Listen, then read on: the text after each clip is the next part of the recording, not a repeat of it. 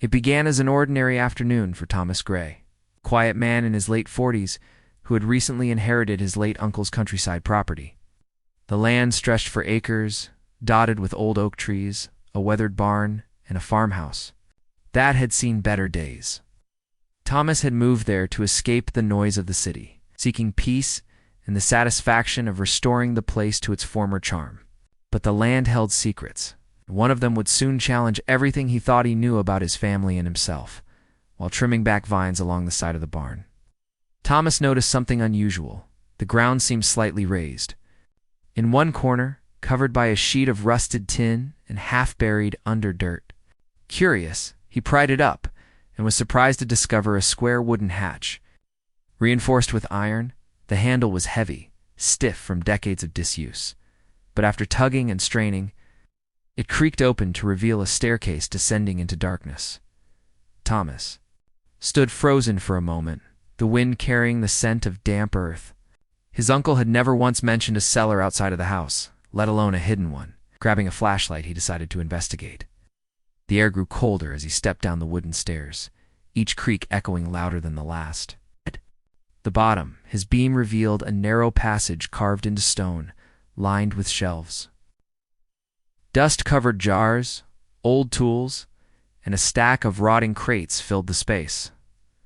At first, it seemed nothing more than an abandoned root cellar.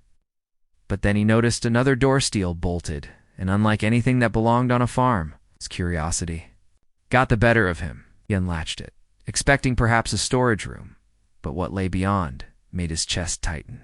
Inside was a chamber lined with old documents, ledgers, and photographs. On a table sat strange equipment, shortwave radios, coded notebooks, maps with red markings. The realization hit slowly. His uncle, the quiet man who had lived here alone for decades, had been involved in something secretive, something he had gone to great lengths to conceal. Thomas leafed through the papers and found records from the 1970s and 80s, transactions, coded messages, and references to meetings that sounded clandestine. Some mentioned government projects, others referred to organizations he didn't recognize. But the deeper he looked, the more unsettling it became. Hidden beneath a pile of papers, he discovered photographs of men he vaguely recognized from history.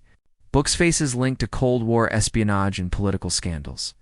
His uncle had somehow been tied to a web of secrecy that stretched far beyond their small rural town. At that moment, Thomas realized his mistake. By opening the door and disturbing what was inside, he had entered into something far greater than himself. What if someone was still watching this place? What if those secrets had been buried for a reason?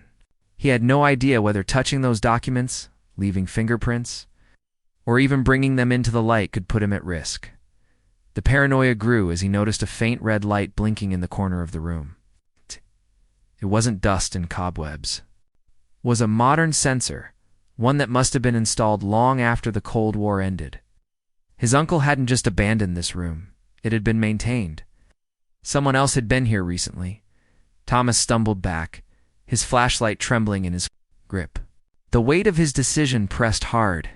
Entering this secret door had seemed like a harmless adventure, but now it felt like a catastrophic blunder. He should have sealed it shut and walked away. Instead, he had awakened to silence that might have been safer undisturbed.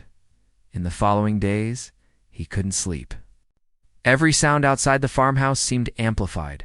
The crunch of gravel, the bark of dogs, the rustle of wind through the trees. He found himself returning again and again to the hatch, torn between sealing it forever and needing to understand the truth. The more he pieced together from the documents, the more he realized his uncle had likely been an informant or worse, a double agent. That meant others, perhaps even dangerous people, might still be invested in what had been left behind. The blunder wasn't just discovering the door. It was allowing curiosity to take him down into the dark, to touch the papers, to disturb something that had lain untouched for years.